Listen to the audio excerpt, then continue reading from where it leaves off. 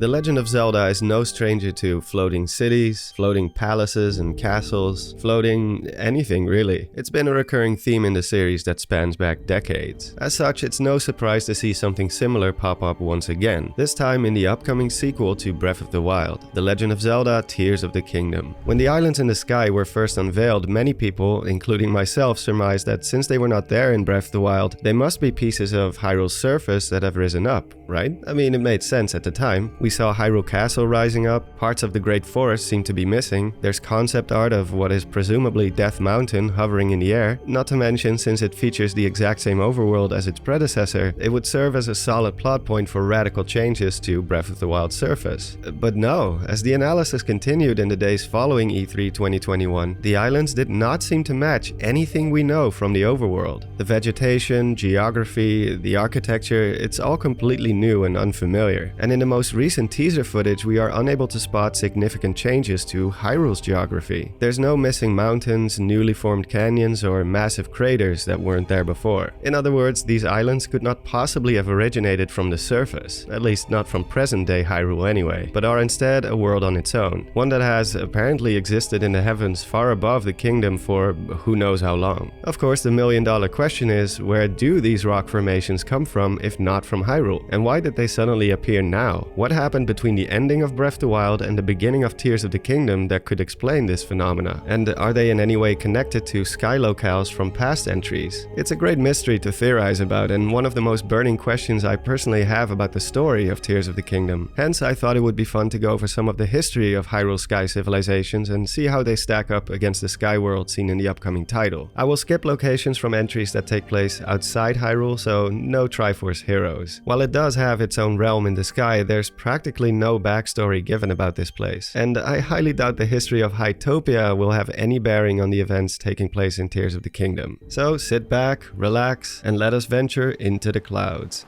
Don't forget your parachute though.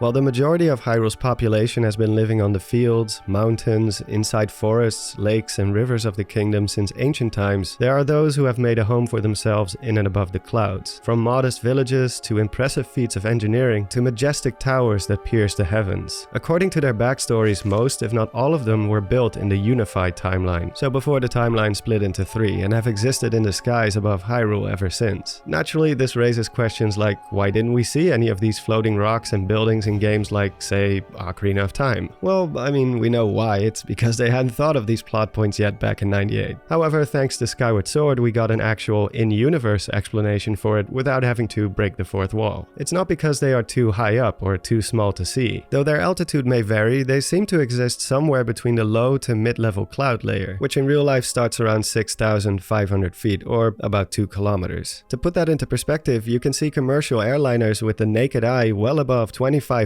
feet, or about 7.5 kilometers. So realistically speaking, a place like the Palace of Winds with its massive size should be visible to an observer on ground level, but it's not. The explanation given for this phenomena is one that solves a lot of mysteries and plot holes in the Zelda series. Magic. More specifically, a magical barrier, which I've talked about plenty in other videos. An invisible border created thousands of years before the events of Skyward Sword by goddess Hylia. At the end of Skyward Sword, there's nothing that indicates that this barrier has ceased to exist. No cutscene where it dissipates or anything like that. So there's reason to believe that it's still up there even after the countless years that have passed since. And Breath of the Wild seems to corroborate this. While we don't know its exact placement in the timeline, the game is confirmed to take place at the very end. And here we can see the dragons departing for the skies through a vortex-like sky portal, very reminiscent of the portals Link creates and travels through in Skyward Sword, which in my opinion is solid proof that there's still something in place that separates heaven and earth. As for the inner workings of the barrier, it's not explained in great detail, but we do know a few things about it. First and foremost, it does not act like a force field. Stuff has been able to pass through it unscathed, and can even be retrieved from the surface by Link on more than one occasion. In fact, the father of one of the residents in Skyloft used an old robot he fixed up to salvage goods from below the clouds long before the portals were created. The reason why the people themselves don't venture below the clouds is because, as the game explains, the loft Loftwings do not dare approach the cloud barrier, and even if they did, the vast majority of Skyloft's residents have been taught to believe that nothing exists below the clouds. In short, the barrier seems to act as a sort of one-way mirror as opposed to a brick wall. Despite this, people have been aware of the existence of the Sky Realm, and throughout the centuries, civilizations have gained access to it through various means, either by constructing enormous towers like the Tower of Winds, employ technology like high-powered cannons to blast their way up, or utilizing powerful magic or technology to lift their entire home up into the clouds. Now, before we move on, I have to make one important distinction. Although the skies above Hyrule are sometimes referred to as the heavens or the heavenly realm or something of that nature, it is not the heaven as in the religious sense, which is a bit confusing, but the actual heaven, which does in fact exist in the Zelda mythos, is a place we've never seen or visited before and is where the gods are said to reside. It's basically on a completely different plane of existence, and in Ocarina of Time it's explained that after the world's creation, this is where the three golden goddesses departed to, leaving the Triforce behind at the point in space where they crossed dimensions. The locations we'll be discussing today still occupy the quote-unquote normal world, also referred to as the World of Light, which includes the Kingdom of Hyrule as well. However, it is implied that the Sky Realm exists in close proximity to the heavens and the gods and is therefore considered to be one of the most sacred places imaginable. In Shintoism, which has been a big inspiration for the Zelda mythology since the 90s, it is believed that there exists a bridge that connects the heavens and the earth, known as the Ame no Ukiashi, the floating bridge of heaven, which is believed to exist or have existed high up in the sky somewhere and is sometimes equated to a rainbow. Another reoccurring theme in Zelda, most notably for today's subject in Four Swords Adventures, where Zelda uses her power to create a bridge in the realm of the heavens. As for the heavenly bridge in Shintoism, some believe it collapsed to earth and its remains formed parts of Kyoto, but others suggest that it survived into modern times and has remained invisible and intangible to those who had not purified their hearts. Unsurprisingly, the idea of purity of heart has often been equated with Hyrule's Sky Realm as well. In Skyward Sword, purification and spiritual growth play a central role. In Minish Cap, it's also declared on more than one occasion that the world in the sky is only accessible to those who are pure of heart. And in Breath of the Wild, Shamea claims that only good kids can see the kingdom in the sky, and the ancient dragons too are only visible to pure-hearted individuals, which often includes young children. It's likely the main reason why so many civilizations in Zelda have sought access to the world above the clouds, and why only a select few succeeded in doing so. They wanted to be closer to their gods, and perhaps even establish some sort of communication with them. Even in games that don't take place in Hyrule, we can see similar attempts by mortals to reach the heavens, a prime example being the Stone Tower in Majora's Mask. Now, for the people of Skyloft, their ascension was out of pure necessity, for the sake of survival. They were essentially marooned on small outcrops of Hyrule's surface, sent into the sky by their goddess, and over the centuries they adapted to the new living conditions. After the threat of demise was finally gone, they then relocated back to the surface, leaving their former home in the sky behind and establishing the Kingdom of Hyrule as we know it. Just like the barrier, there's no indication that Skyloft and adjacent islands like the Isle of Songs were destroyed or descended back to Earth. By all accounts, they should still be up there, waiting to be rediscovered. The only exception, of course, being the Isle of the Goddess, which did return to the surface and reconnected with the Temple of Hylia. The massive statue which once towered over Skyloft can even be found inside Breath of the Wild's Forgotten Temple. Not only that, but it's the only place in Hyrule where you can find actual depictions of Loftwings, the very same depictions we saw in Skyward Sword, in fact. The last physical remnants of the world in the sky found in the era of the Wild, or at least that we know of. The city in the sky and the home of the Wind Tribe from Minish Cap are a different story, however. As opposed to a desperate escape, these are civilizations who made a conscious decision to leave the surface behind and settle in the clouds. The biggest differences between the two are the methods by which they achieved it and the motivations behind their departure. The Oocca are said to have constructed their sky city around the same time the Hylians first came into existence, and did so using highly advanced technology, the likes of which dwarfed any other race or faction alive back then. It's worth mentioning that most of what we know about this place and its people is told to us from the viewpoint of the Hylians and the Hylians alone, oftentimes in the form of old stories and legends, some of which contradict each other or present more than one possibility. This becomes obvious when talking to the Hylian researcher Shad.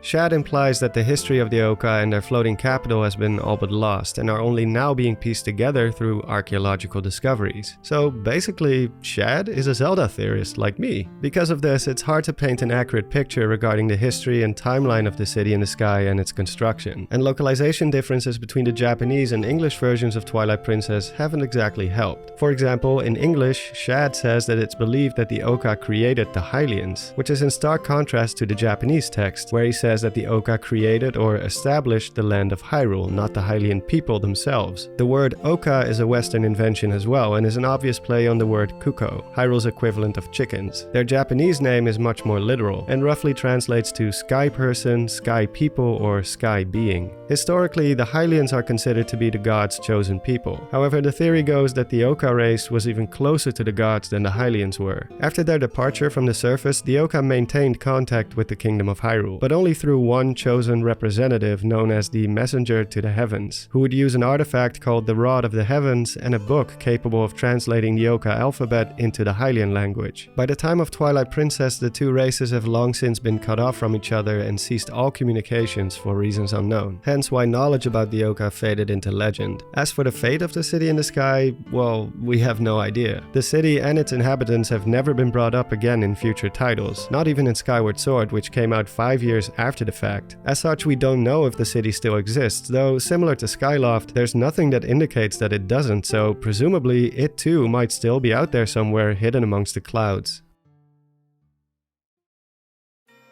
Lastly, we have the Realm of the Heavens, the only area to make an appearance in more than one Zelda game, 3 to be exact. Minish Cap, Four Swords, and Four Swords Adventures. It's a bit of a shame that Four Swords Adventures timeline placement is so divisive, because the Realm of the Heavens is one of the most historically rich locations in the series. It's actually an umbrella term which comprises 3 main areas: the Tower of Winds, the Cloud Tops, and the Palace of Winds, the latter of which is present in all aforementioned titles. Minish Cap tells the story of a tribe who, similar to the Oocca, elevated their entire home into the heavens. But as opposed to super advanced technology, they instead did so by mastering a powerful type of magic referred to as wind magic. After they left for the skies, they too stayed in contact with the Hylians back on the surface, and one of the late kings of Hyrule, King Gustav, is said to have been very fond of them. Unlike the Oocca, however, the tribe did not isolate themselves completely and did in fact travel between their home in the sky and the kingdom below. You can even spot 2 of them at the Pokori festival at the beginning of the game. Prior to their ascension, they lived in and around a place called the Fortress of Winds, where they kept and watched over one of 4 sacred elements, which would later be obtained by Link and used to create the Four Sword. Only the base of the fortress remains back on Earth, and the section they took into the sky with them became known as the Palace of Winds. The Cloud Tops is an area situated right below the palace, and is where in Minish Cap most of the tribe hangs out and have made a home for themselves. It's a pretty extensive area, and as the name suggests, it's mostly just cloud formations, with the only significant architecture being the tribe's home base. The first game to take place after Minish Cap, the original Four Swords, only features the Palace of Winds, which in this game is called Vati's Palace, after the main antagonist from Minish Cap, who also makes a return here. Although we never see this happening in-game, after Vati broke free from his prison, he apparently took control of the palace. Since it's the only location we visit in Four Swords, there's no appearance nor mention of the Tribe of Winds, so either Vati killed them when he took control of the area, or perhaps they had long since migrated back to the surface, who knows. In Four Swords Adventures, which according to the official timeline takes place close to the end of the chronology, the Palace of Winds makes a return once again, as do the Cloud Tops, though here it's been renamed to the Dark Cloud due to its corruption, but it's essentially the same place. Once again, Vati is back for a 3rd time, making him the most featured Zelda antagonist besides Ganon to date, and finally the Tower of Winds is introduced as a new addition, and for the first time the area that makes up the palace, Cloud Tops, and the upper portions of the tower are united under a single name, the Realm of the Heavens. Seeing as the tower didn't exist prior to Four Swords Adventures, we have to assume that it was constructed much later in order to gain easy access to the Palace of Winds, which in Minish Cap was extremely difficult to get to and only reserved for chosen individuals. We don't know why they wanted access to the palace, but it's implied that the Hylians were at the forefront of its construction, because the means to access the tower are under the protection of the most elite knights of Hyrule. Those who are hoping to see a return of the Palace of Winds in Tears of the Kingdom might be disappointed though, because during the climax of the game, the 2 structures collapsed in on themselves. With the Tribe of Winds gone and the Wind Sorcerer Vati destroyed, the magic that sustained these historic buildings dissipated, and thus they started to crumble and crash down to Earth. Granted, these events only took place in the child timeline, so if you want to be technical, the Palace of Winds at least should still exist in the other 2 branches, but I'm not so sure if Nintendo would bother with a technicality like that. And that covers the most prominent locations and civilizations that exist or have existed in the sky. sky. There's one race I left out so far, that being the Minish, or the Picori if you prefer, who are said to have arrived from the sky. But unfortunately we know next to nothing about the world they came from and haven't seen any of it save for the inside of a house. It's also confirmed to exist in a separate dimension, so technically it's not even part of the sky realm above Hyrule. So for now there's not much to say about it. Over the years many have made attempts to find connections between these different groups, and it's admirable just how meticulous fans have been in their research. But thus far there's no hard proof that they share any connection beyond the fact that each resides in the skies above somewhere. And because most of the games take place ages apart from each other, it's difficult to pinpoint a clear and comprehensive timeline for all these buildings and the people who made them. As much as I like to believe that the Oocca may have evolved from the Loftwings, or that the tribe of winds from Minish Cap are related to either Skyloft or the Oocca, their backstories and the timeline of events are either too ambiguous or differ too much for me to be convinced of an unequivocal connection. My personal belief is that they are all separate civilizations, each with their own history and origins, and who achieved a similar goal of accessing the Sky Realm through different methods and for their own personal reasons. It explains why each of these locations is so different, both in terms of architecture and the way they are kept suspended in the air, and may explain why the islands in Tears of the Kingdom are also unlike anything we've seen in the series so far. Whoever built them may just be yet another disconnected group who followed in the same footsteps as the Oocca and the Tribe of Winds, people who chose to leave the surface of Hyrule in search of a higher purpose. While there's definitely something mystical and spiritual about these islands, especially with all the Shinto-like structures and lotus imagery, at the same time there's also hints of a technology-based culture. The man-made spires or antennas situated at the bottom of the rock formations, the strange automata seen in the second teaser. We can even see what looks like a cable running from one island to the next. I guess even sky people need a good internet connection. Additionally, one of the antennas or spires or whatever you want to call them seems to emit a green glow from its tip, almost like a booster engine of sorts, which could be what's keeping these islands afloat. In that sense, the islands have more in common with the Oocca's methods of utilizing technology than it does the more magical approach, as seen with the Palace of Winds and Skyloft, both of which didn't require man-made factors to stay suspended like propellers or boosters. One can also not help but draw parallels with the Sheikah and their technology, yet another group who were able to elevate massive structures with their engineering skills